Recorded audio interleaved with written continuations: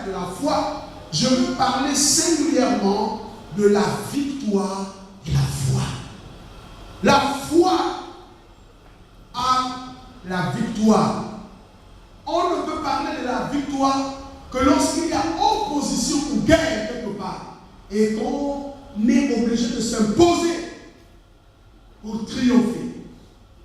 Donc, la victoire de la foi, quelqu'un dit la victoire de la foi. Je veux vous entendre. Quelqu'un peut dire victoire de la foi. Victoire de la foi. C'est-à-dire la foi devient une capacité pour vaincre. Est-ce que vous me suivez?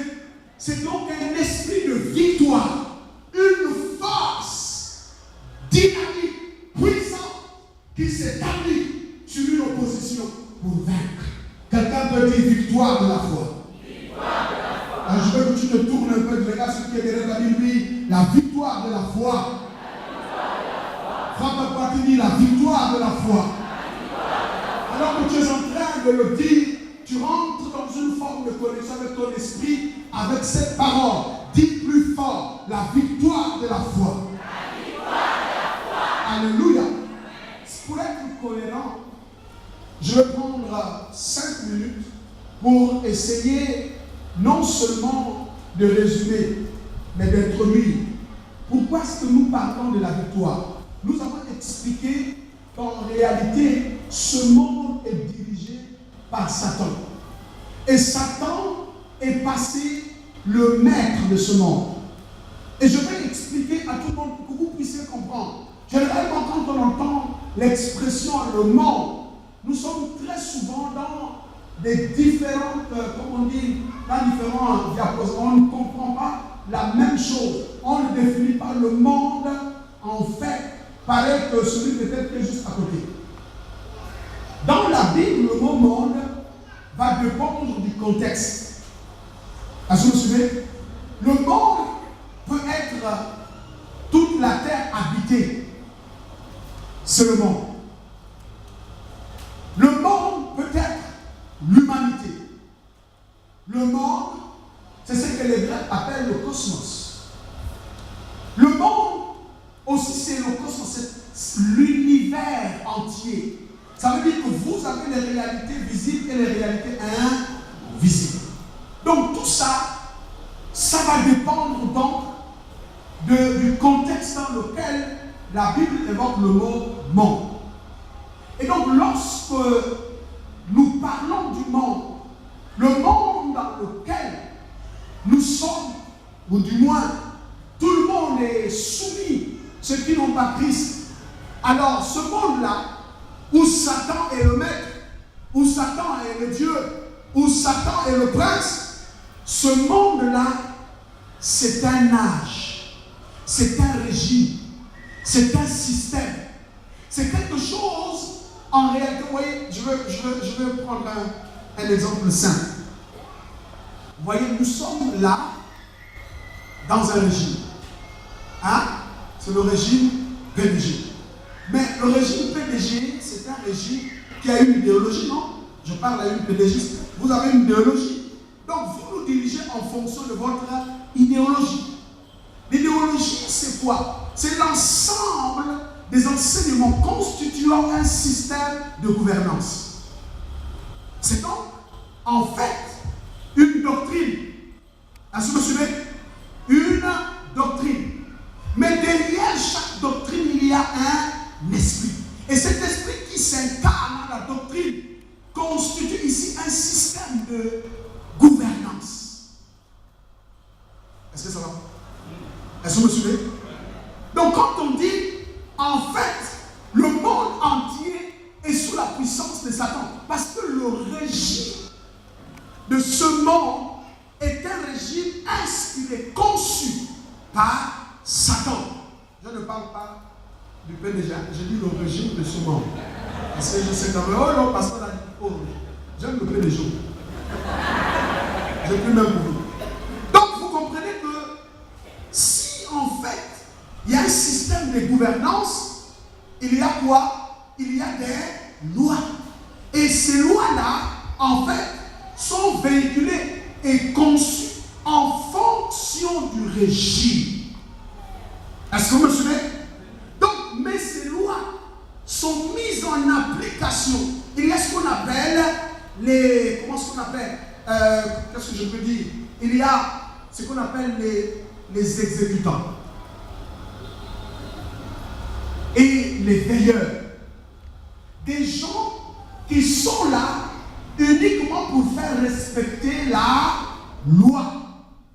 On dit que la loi est dure, mais c'est la loi.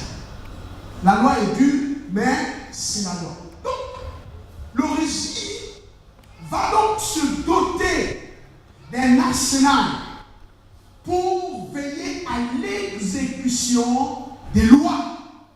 Et c'est ça qui constitue un régime dans lequel une période, un âge donné. Si vous me lisez, par exemple, je suis président de la République, je viens pour faire respecter mon projet de société, alors je dois me doter d'un arsenal de lois, permettre à ce que j'accompagne mon projet de société. Est-ce que vous me suivez? Et donc, quand Satan est passé maître, parce que l'homme Adam était le maître du monde. Et dans ce monde-là, Adam étant le représentant de Dieu, chargé d'exécuter la loi de Dieu sur la terre. Ces lois-là devaient régir le monde parfait dans lequel Dieu avait introduit Adam. Et donc, quand Adam a été donc déchu, il a été inversé de son siège, alors celui qui a récupéré a apporté aussi son régime. Et donc, s'il vient avec son régime, il est donc accompagné de ses ministres. Et ces ministres sont là pour exécuter son projet de société. C'est pourquoi Jésus met en opposition. Ok? Quand il dit, je suis le bon berger. Est-ce que vous savez? Il est en train d'expliquer, il dit, en fait, il y a un autre qui est un terme mercenaire et qu'on appelle le voleur. Il dit, ce voleur-là, en fait, est venu simplement pour dérober, égorger, détruire et tuer. Voici le régime de Satan. Satan et ses démons exécutent de façon minutieuse leur projet. Est-ce que vous vous souvenez? Quand il a commencé avec ton mari, sache une chose, ce n'est qu'un début. Mais le but, l'objectif, c'est de le tuer. Est-ce que vous me suivez? Et donc, quand Jésus dit, mais le bon berger, qu'est-ce qu'il fait? Il donne la vie. Ça veut dire que le faux berger, Satan, qu'est-ce qu'il fait? Il tue la vie. Donc, dans ce régime satanique, c'est ce qu'on appelle le monde. Satan a conçu son système. Et on a essayé d'expliquer. Le temps va être imparti pour qu'on vous explique. Maintenant, il est tout à fait dans ses droits, d'une certaine façon, de pouvoir l'exécuter parce que, en fait, ça lui avait été donc donné. Donc il conçoit forcément, il met des stratégies. Il n'y a aucun politicien qui veut en arriver, comment dirais-je, à bout de ses idées s'il ne conçoit pas une stratégie pour faire exécuter ce qu'il pense. Donc Satan a conçu. Et donc il va organiser son royaume. Vous avez...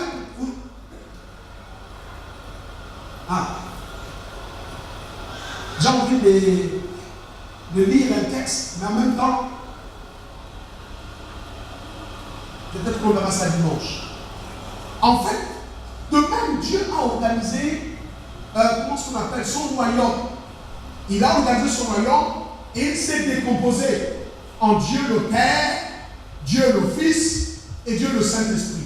Satan, en imitateur, lui aussi, il s'est décomposé pour devenir trois. Vous avez ici le dragon, vous avez la bête et vous avez le faux prophète. Ça veut dire que ce que Dieu fait, en fait, l'intention de Dieu en tant que Père, Satan aussi s'est organisé. Et ensuite, il va mettre ses ministres. Donc, vous voyez, comme toute république, vous avez des institutions. Vous avez l'Assemblée nationale, première chambre parlementaire, le Sénat, deuxième chambre parlementaire. Et vous avez encore quoi? Le pouvoir de la justice, tout ça. Ce sont des institutions établies pour accompagner le bon fonctionnement de la République. Donc les institutions sataniques, vous les trouvez dans Éphésiens chapitre 6. Il a établi quoi? Les dominations, les autorités, les esprits méchants dans les lieux célestes, et puis les princes de la puissance des ténèbres. Il va tout faire pour accentuer son action contre l'homme. Satan n'aime pas l'homme. Même ceux qui le servent, il ne les aime pas. Est-ce que vous vous souvenez? Comment fait-il pour continuer à régner sur eux? Il aveugle leur intelligence. Donc maintenant, quand Jésus vient, alléluia, alors il vient en apportant un nouveau régime. Est-ce que vous vous souvenez? Et donc, le régime qu'il va donc apporter, mais pour que ce régime puisse alors s'installer, il faut d'abord déstabiliser le tout. C'est pourquoi il a dit, j'ai vaincu le monde. J'ai vaincu quoi? Le monde. Vous savez, parfois quand on regarde les gens, on se dit, mais c'est compliqué. La mondanité n'est que l'expression de votre connexion dans le système appelé le monde. Alléluia. Et donc le monde fait des ravages. Le monde galvanise. Le monde rassemble. C'est l'esprit de Babel qui n'a pas voulu et qui s'oppose au plan de Dieu. Dieu voulait que l'homme ou la race humaine occupe toute la terre. Est-ce que vous vous souvenez? Mais Nimrod, dont le nom signifie rebelle et opposé à Dieu. Il s'est opposé au plan de Dieu en voulant rassembler tout le monde dans la ville qu'on appelle Babylone, autrefois Babel, et il a construit ce qu'on appelle une tour et il a décidé que tout le monde, toute la race humaine réside dans cette tour. Mais la particularité et la violence du régime Nimrod inspiré par Satan, c'était la dictature. Est-ce que vous vous souvenez? On peut prendre Genèse chapitre 11. Voilà. L'épreuve du temps est souvent. Genèse chapitre 11.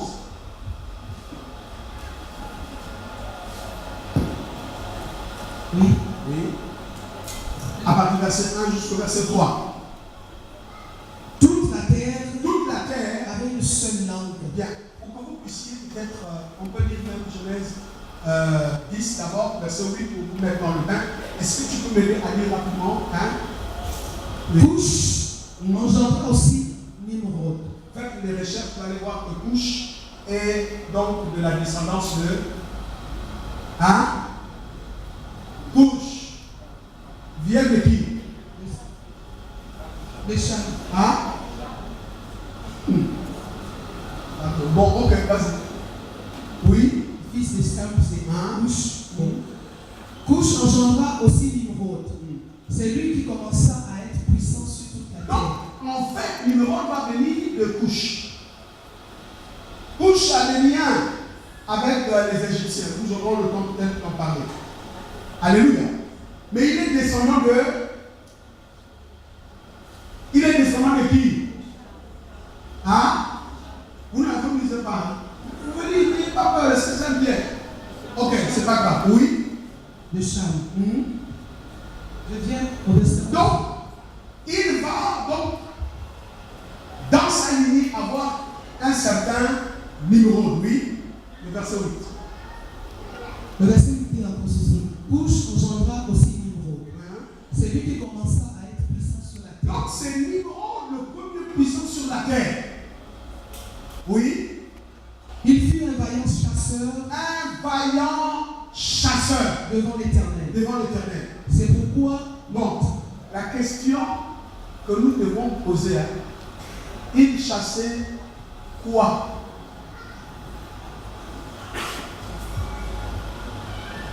Amen. Amen. Toutes ces petites choses-là, nous aurons le temps. Que je ne perds pas du temps là-dedans, je vous expliquerai pourquoi on dit comme nous devons puissant chasseur devant l'Éternel. Mais il était aussi puissant devant l'Éternel. L'expression puissant devant l'Éternel n'est pas forcément la bonne expression. C'est l'expression qui dit géant. Est-ce que vous comprenez? En d'autres termes, c'était une hauteur. Vous vous souvenez ce que Paul dit, nous abattons toute hauteur qui s'oppose. Vous comprenez? Donc c'était une hauteur. Alors donc, le but, c'est de s'opposer à Dieu, à son plan. Et donc, lui, il va bâtir des villes, parmi lesquelles Babel. Et à Babel, il va ériger une tour. Et cette tour, nous voyons dans Genèse chapitre 11, verset 1 à 3. Toute la terre avait une seule langue. Toute la terre avait une seule langue. Et les mêmes mots. Et les mêmes mots. Regarde ce qu'on fait de lui. Même langue. Même mot. C'est la dictature. Pas de diversité. Vous me suivez? Je vais vous expliquer. Vous allez comprendre. Toute la terre avait quoi? La même. Vous pensez que c'est parce que Dieu, pourquoi Dieu les a confondus? C'est pas parce qu'il ne voulait pas qu'ils bâtissent leur projet. Non. Parce que toute la terre avait une même langue et utilisait les mêmes mots. C'est le système, vous savez, ce qui fédère, c'est les cultures, les langues. Ok? Aujourd'hui, même quand vous voyez, il arrive même bon, même si la France, même si nous n'aimons pas